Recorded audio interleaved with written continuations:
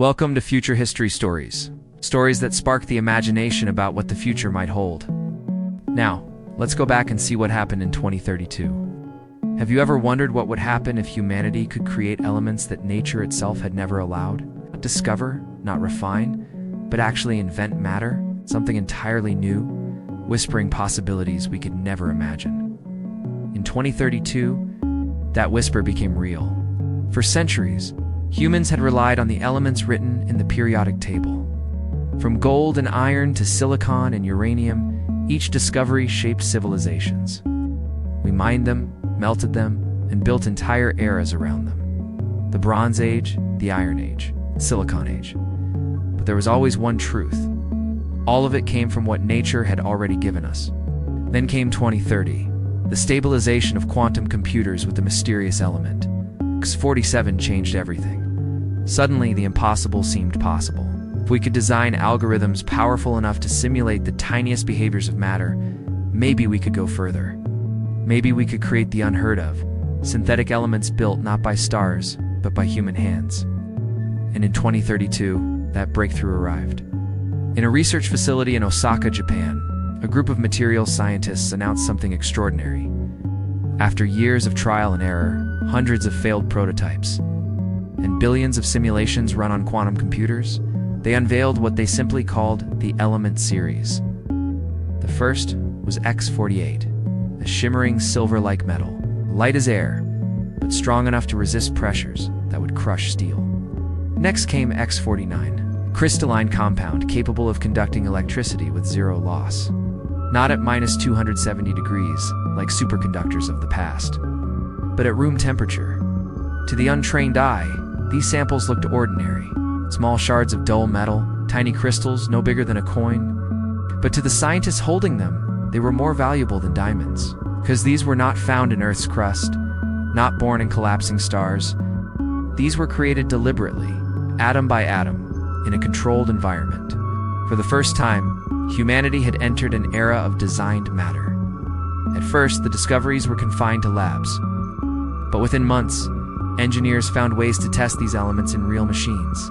Rockets that once weighed thousands of tons were redesigned with X-48 alloys. Suddenly, payloads doubled. Fuel use was cut nearly in half, and space agencies began whispering about Mars colonies again. Passenger jets tested lighter wings that could withstand turbulence better than anything before. Airlines didn't brag about it publicly, but passengers noticed that tickets were cheaper, flights smoother, and the sky a little quieter. Smartphones and laptops had long struggled with heat. Processors grew hotter, batteries degraded quickly. With X-49's room temperature superconductivity, heat was no longer a problem. Devices could run endlessly without overheating. Batteries held charges for days, even weeks. People noticed only in subtle ways. A phone that stayed cool after hours of use. A laptop that didn't need charging every night. Doctors began testing ultralight prosthetics made with these new materials. Artificial limbs felt natural, bending and flexing like organic tissue, yet strong enough to last a lifetime. Implants became safer. Rejection rates plummeted. For a child born without the ability to walk, X-48 meant something miraculous. Legs that felt like their own. For decades, power grids had wasted vast amounts of electricity through resistance in cables. With X-49, entire cities could be powered with minimal loss. Energy bills dropped quietly. Homes became warmer in winter, cooler in summer. No headlines announced this shift, but people noticed their lives becoming just a little more comfortable. Nowhere was the impact felt more clearly than in the world of transportation.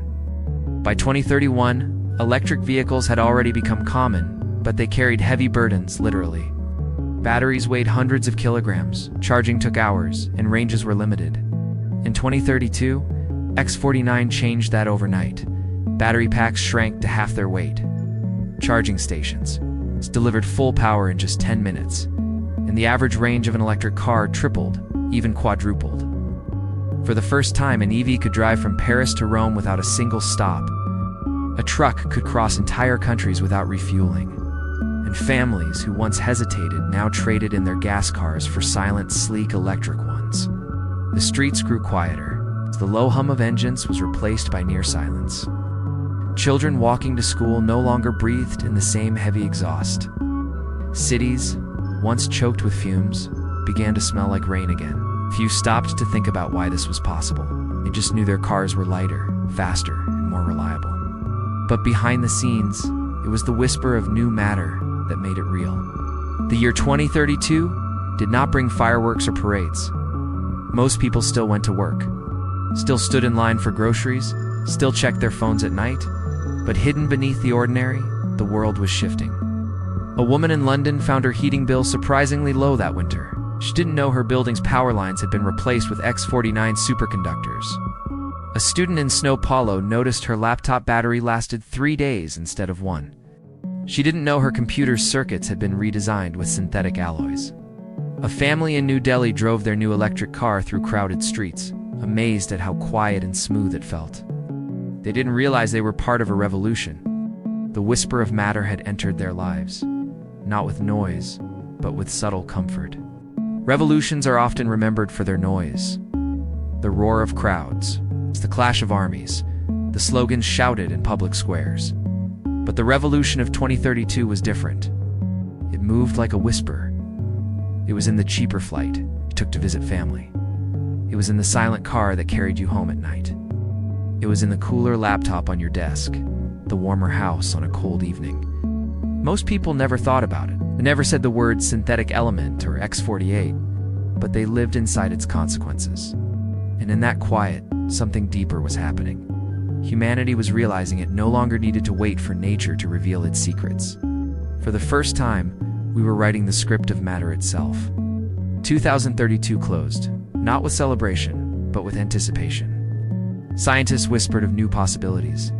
Elements that could bend light in ways never seen before. Materials that could heal themselves when damaged. Structures that could rearrange their atoms on command. But humanity also felt a shiver of unease. If we could design matter, what else could we design? And should everything that could be created be created? The whisper of matter had only just begun. And in the distance, the year 2033 was already forming its own question. What happens when we turn that power inward and create a digital reflection of ourselves?